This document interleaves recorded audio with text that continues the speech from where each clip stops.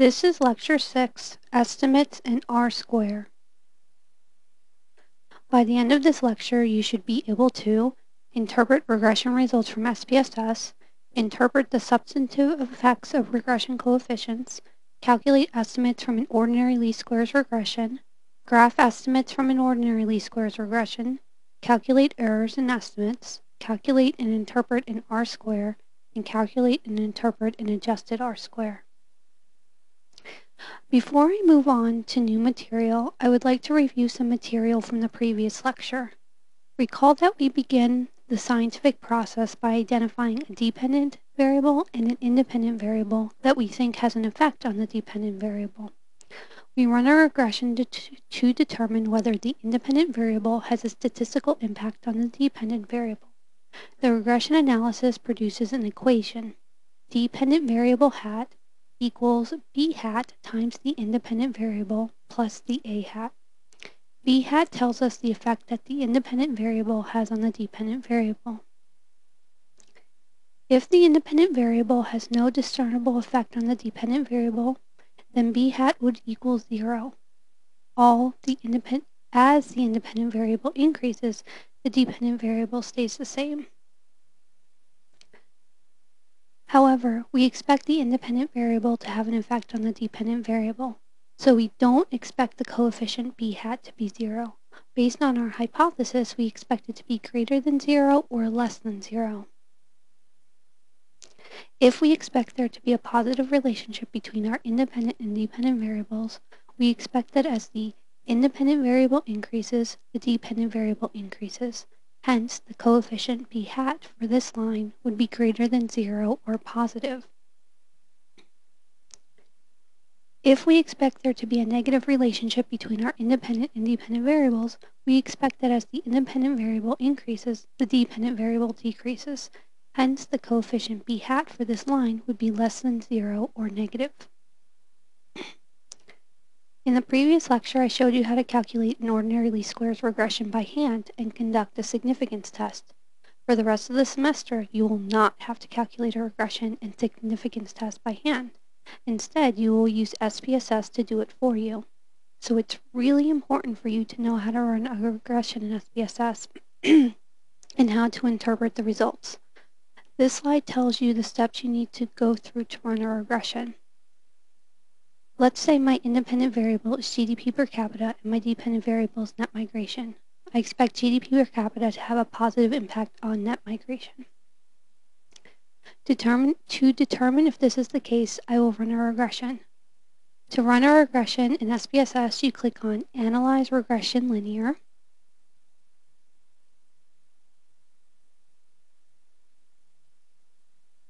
You put the dependent variable in the dependent box and the independent variable in the independent box, and you click OK. After you run the regression, this is what your results should look like. The first step in interpreting the results is writing your regression equation. I will show you how to do this based on this output.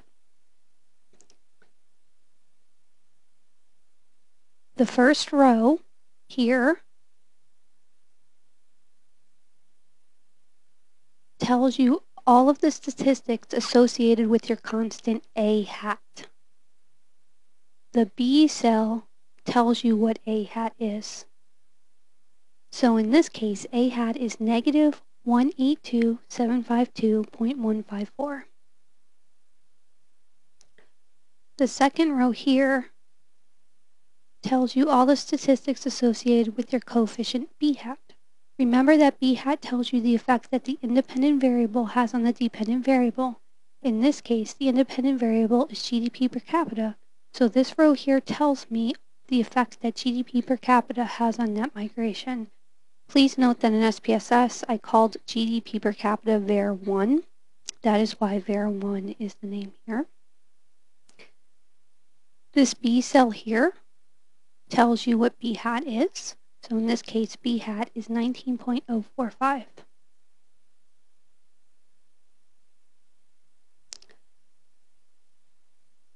So if you recall, the equation for a regression output is dependent variable hat equals b hat times the independent variable plus a hat. So given our dependent variables net migration, our independent variable is GDP per capita, our B hat is 19.045, and our A hat is negative 182,752.154, we have the following equation. Net migration hat equals 19.045 times GDP per capita minus 182,752.154. The next step in interpreting the regression output is determining if B hat and A hat are different from 0. We do this through interpreting the significance test in the regression output. I will start by showing you how to determine if B hat is different from 0. Recall that the second row tells us the statistics associated with B hat. The B cell here tells you what the B hat is. First, you should look at the sign of B hat. If it is not in the expected direction, then B hat is not significant and it is indistinguishable from 0. So let's say you expected the independent variable to have a positive effect on the dependent variable, but B hat had a negative sign. Then your B hat is automatically insignificant. You don't have support for your argument. However, if your B hat is in the right direction, move on to the next steps.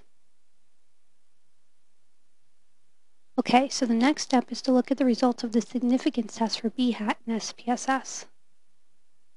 This last column here tells you the sig value for B hat.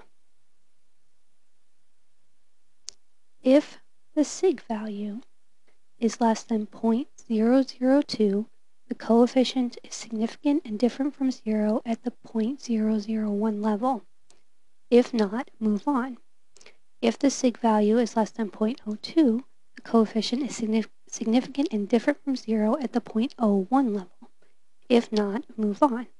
If the sig value is less than 0.10, the coefficient is significant and different from 0 at the 0.05 level.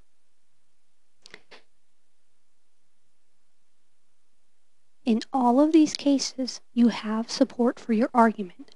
The only difference between these three levels of significance is the level at what they are significant. If your significance met this criteria, then you have significance at the 99.9% level. If your significance met this criteria, then you have significance at the 99% level. And if your significance met this criteria, then your results are significant at the 95% level.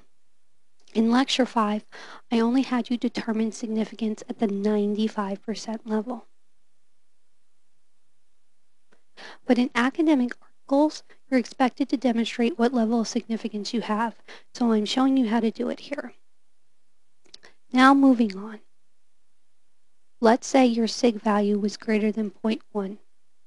That means your coefficient is not significant and is indistinguishable from 0. You do not have support for your hypothesis. Also note, anytime you see a sig value of 0.000, that is less than 0.002, so you have significance at the 0.001 level. So applying this exercise to our regression example, I expected there to be a positive relationship between GDP per capita and net migration. So first I look at the B hat to see what the sign of B hat is. It is positive, which is what I expect. So I move on to look at the sig cell here. The sig value is 0.000. Since it is less than 0.002, the coefficient B hat is significant at the 0.001 level.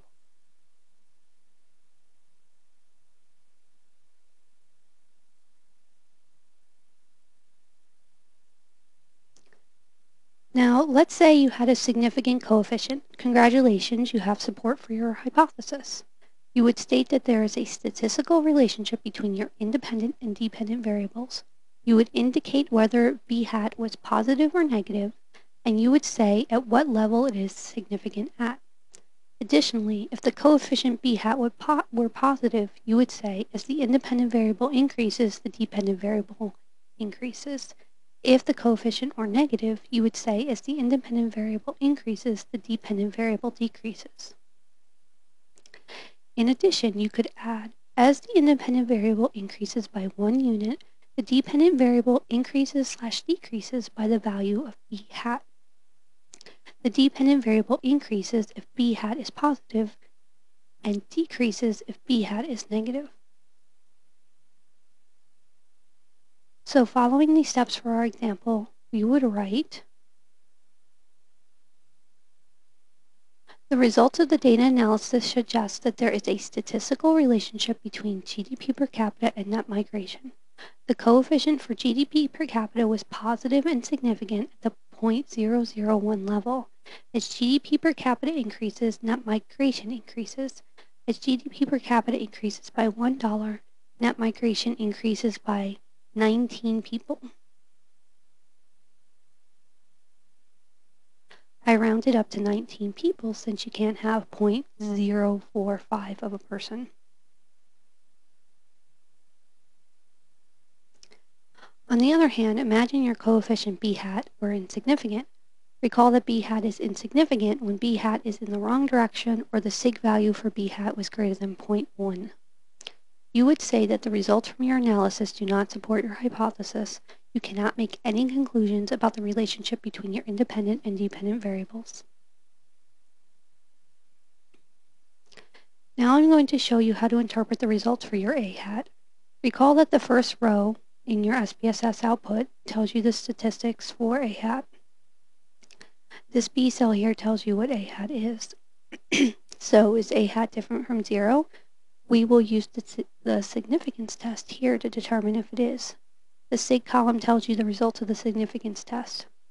Find out what the sig value is and compare it to these rules here. Note that these rules are different from the rules for determining if b hat is significant. If the sig value is less than 0.001, the constant is significant and different from 0 at the 0.001 level. If not, move on. If the sig value is less than 0.01, the constant is significant and different from 0 at the 0.01 level. If not, move on. If the sig value is less than 0.05, the constant is significant and different from 0 at the 0.05 level. If not, then the constant is insignificant and not different from 0. Also note that anytime you see a sig value of 0.000, then it is less than 0.001 and it is significant at the 0.001 level. Using the steps from the previous slide, when you interpret the constant, you say whether it is significant or not significant. If it is, you indicate at what level it is significant and whether it is positive or negative. So applying this to our example, our sig value for a hat was 0.002. 0.002 is not less than 0.001, so we move on. It is less than 0.01. So the constant is significant at the 0.01 level. In addition, the constant is negative. So we would say the constant is significant at the 0.01 level and negative.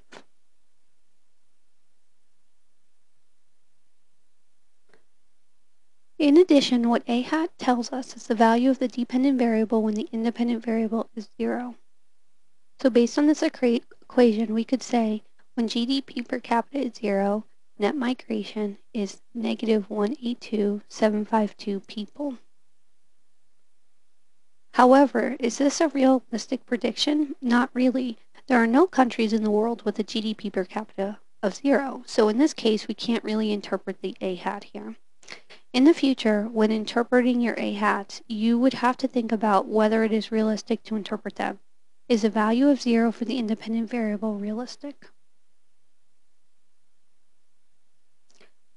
Okay, so now moving on to some new material. In the next few slides, I'm going to show you how to calculate the estimates of the dependent variable for individual observations from your regression equation.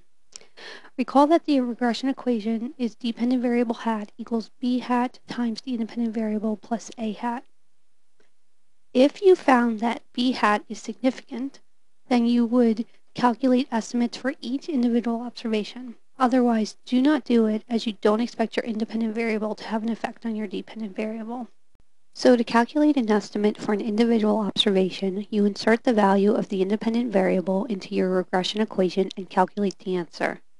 So recall that our regression equation was net migration hat equals 19.045 times GDP per capita minus 182,752.15.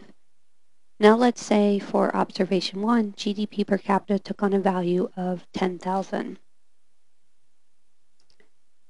So if we inserted 10,000 into our equation, we would get 19.045 times 10,000 minus 182,752.15, which equals 7697.85. Then we would say that if a country has a GDP per capita of 10,000, then we expect it to have a net migration level of about 7,698 people, once again rounding from the decimal place.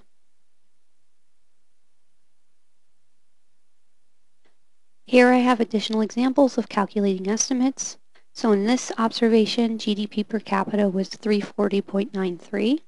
So inserting 340.93 into the equation, we get 19.045 times 340.93 minus 182,752.15, which equals negative 176,259.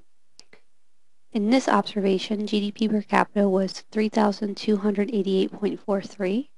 So inserting 3,288.43 into the equation, we get 19.045 times 3288.43 minus 182,752.15, which equals negative 120,124. We would continue doing this for each observation.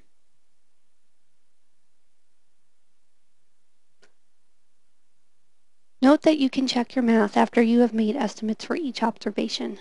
The mean of the actual values of your dependent variable should equal the mean of the estimates. After I calculated all the estimates for the dependent variable for net migration for all 178 observations, the mean of the estimates was 5832.4, and the mean of net migration was 5832.3. These values are virtually equal. Next, after you have calculated estimates for your dependent variable, you can place them on a graph. On the y-axis, you can put the dependent variable estimates. On the x-axis, you put the independent variable, and then you plot the estimates. Here I have the estimates of net migration. Here is GDP per capita.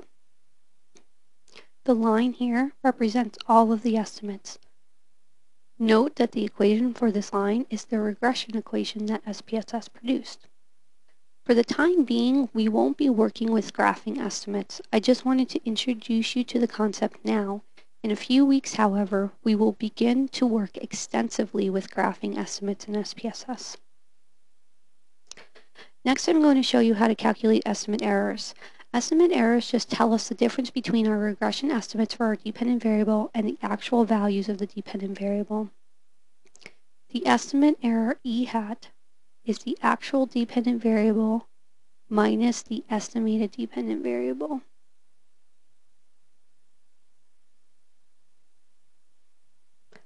So for example, recall that several slides ago we calculated the estimates for net migration.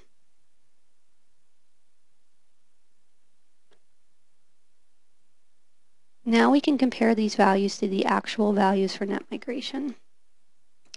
The errors would be the actual values of net migration minus the estimates. So for example, in the first observation, the actual value of net migration was negative 381,030. The estimate was negative 176,259. So negative 381,030 minus negative 176,259 is negative 204,771. For the second observation, the actual value of net migration was negative 47889. The estimate was negative 120,124. So negative 47889 minus negative 120,124 is 72235. And you would continue doing this for each of your observations.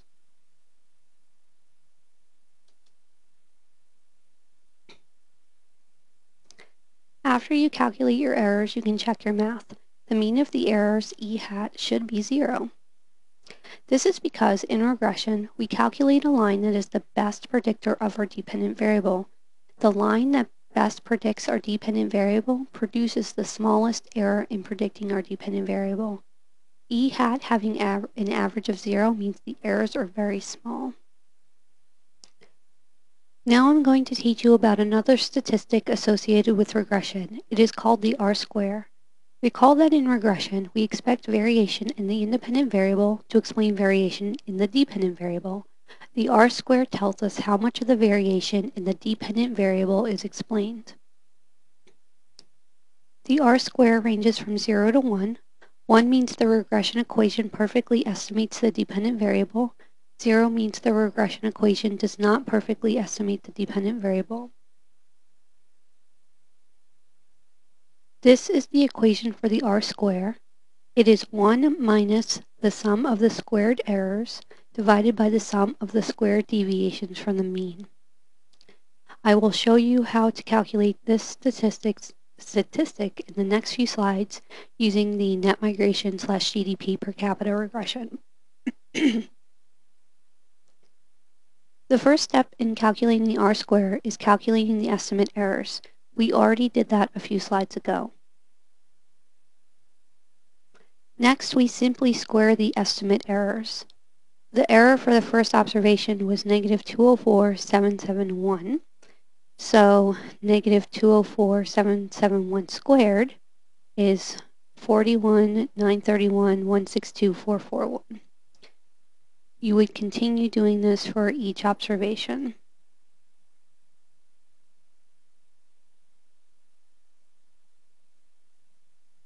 Then we sum the squared errors. Note that I did this for 178 observations. I am only showing you the first 4. The value was 75, 524, 501, 553, 633.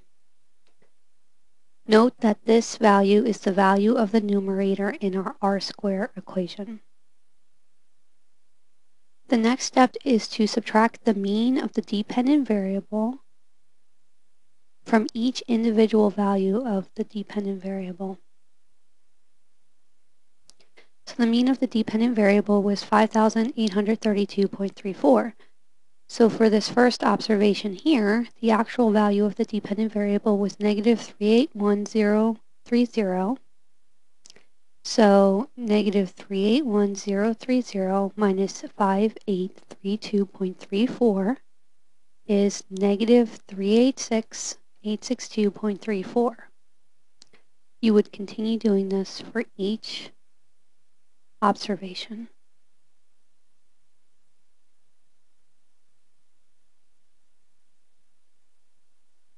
The next step is squaring the values from step 4. So for the first observation, we had negative 386,862.34. So negative 386,862.34 squared is 149,662,470,110.276. You would continue doing this for each observation.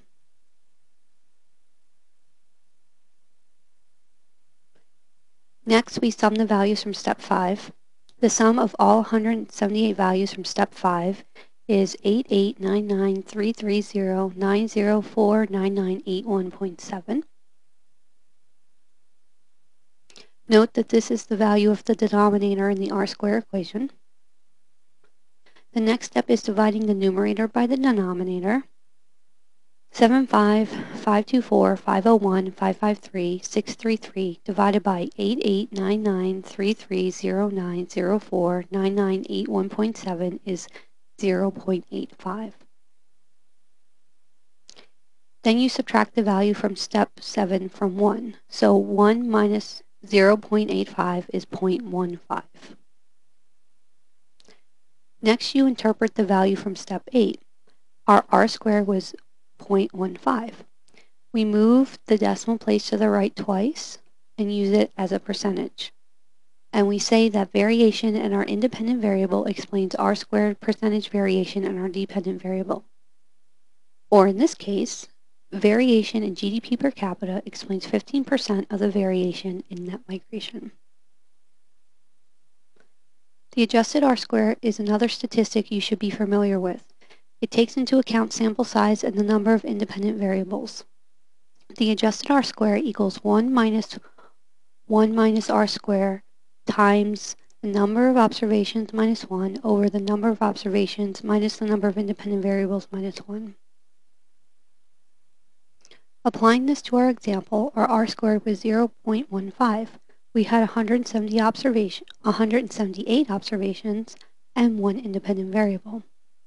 1 minus 0.15 times 178 minus 1 divided by 178 minus 1 minus 1 equals 1 minus 0.85 times 177 divided by 176, which equals 1 minus 0.85 times 1, which is 1 minus 0.85, or 0.15. So our adjusted R-squared equals 0.15. To interpret this value, we move the decimal place over twice to the right and use it as a percentage. We say that after taking into account the number of observations and the number of independent variables, variation in our independent variable explains adjusted R-squared percentage variation in our dependent variable. So applying this to our example, we would say, after taking into account the number of observations and the number of independent variables, variation in GDP per capita explains 15% of the variation in net migration. Now, I will have you calculate an R-square and adjusted R-square, but for the most part, you will be using SPSS to calculate an R-square. This is an example of a regression output from SPSS that tells you the R-square and adjusted R-square. Now, the R-square is a general measure of how well a regression model estimates a dependent variable. Recall that when the R-square is close to 0, the regression equation does not estimate the dependent variable very well. And recall that when the R-square is close to 1, the regression equation perfectly estimates the dependent variable. However, even if our R-square is high, which indicates that our independent variable is explaining a lot of the variation in our dependent variable, this does not mean that our independent variable is consistently explaining variation in our dependent variable. For example, here's a graph of the predictions and the errors for net migration. The red dots represent the errors. The closer the red dots are to 0, the smaller the error is. As you can see, at low levels of GDP per capita, most of the errors are negative. Somewhere soon after, the estimates get close to 0, or the errors get close to 0, meaning that between a couple thousand and 25,000 GDP per capita, the model predicts net migration pretty well. But after 25,000 GDP per capita, the errors get much larger. So GDP per capita is a good predictor of net migration about here, but it's not a good predictor here and here. So for the rest of this course, we will address issues like these and how to deal with them.